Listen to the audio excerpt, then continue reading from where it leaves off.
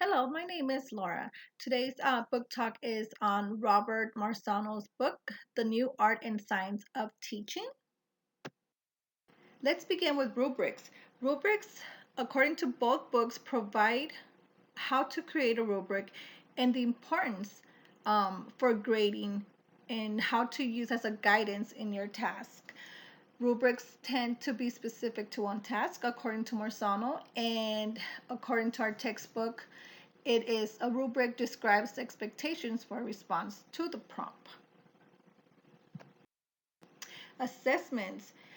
Both books talk about how to create and grade an assessment and why they are important for both teachers and students to help them guide in their teaching and learning. As you can see, assessments is a feedback mechanism for students and teachers, and obviously there are different types of assessments. And I wrote some of the examples that were used in the Marzano book. Lessons.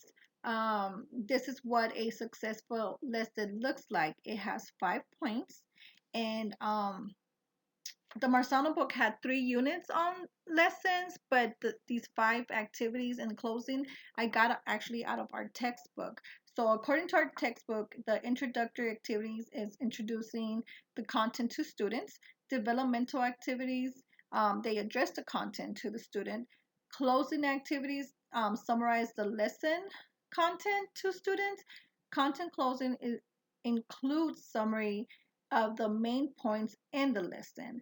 Procedural closing lessons involve actions that help students get ready to move on. Okay, let's talk about strategies. Um, these strategies were provided by the Marzano book to make sure that students understand the lessons. You highlight information, reviewing content, revising knowledge, reflecting on learning, assigning purposeful homework, elaborating on information, and organizing students to interact. Also, all these strategies will help with all types of lesson according to Marzano.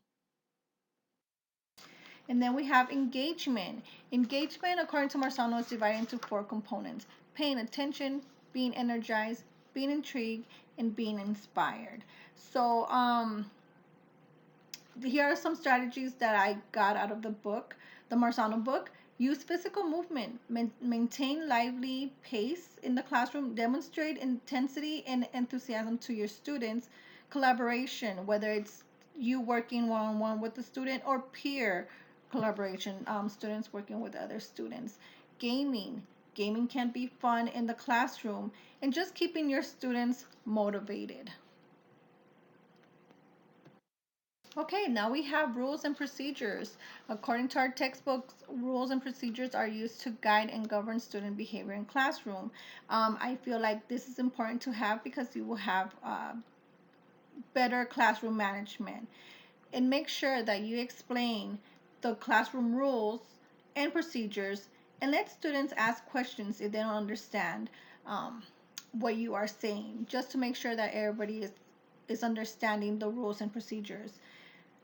Classroom layout is also part of this slide. You want to make sure that there's enough room so there's no interruption when kids want to step out to use the restroom, or they just need to walk around the classroom. Building relationship is very important to me because of my current job. Students do need to feel welcome and accepted and valued and just treated as an individual.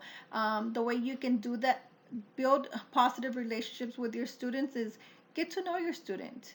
Be positive towards your students. Be aware of that diversity in your classroom, and just build positive relationships. Also have high expectations. If you let them know what is expected from them, they will work with you. That is my personal opinion. Both books are, to me, were an eye opener. I am not in a classroom, so it's hard for me to get all this information and actually have it work in my brain. But just reading all the information provided, I feel like I can go into a classroom and kind of have an awareness of how to attempt to manage a classroom. So I am going to end my book talk with this statement provided by the textbook.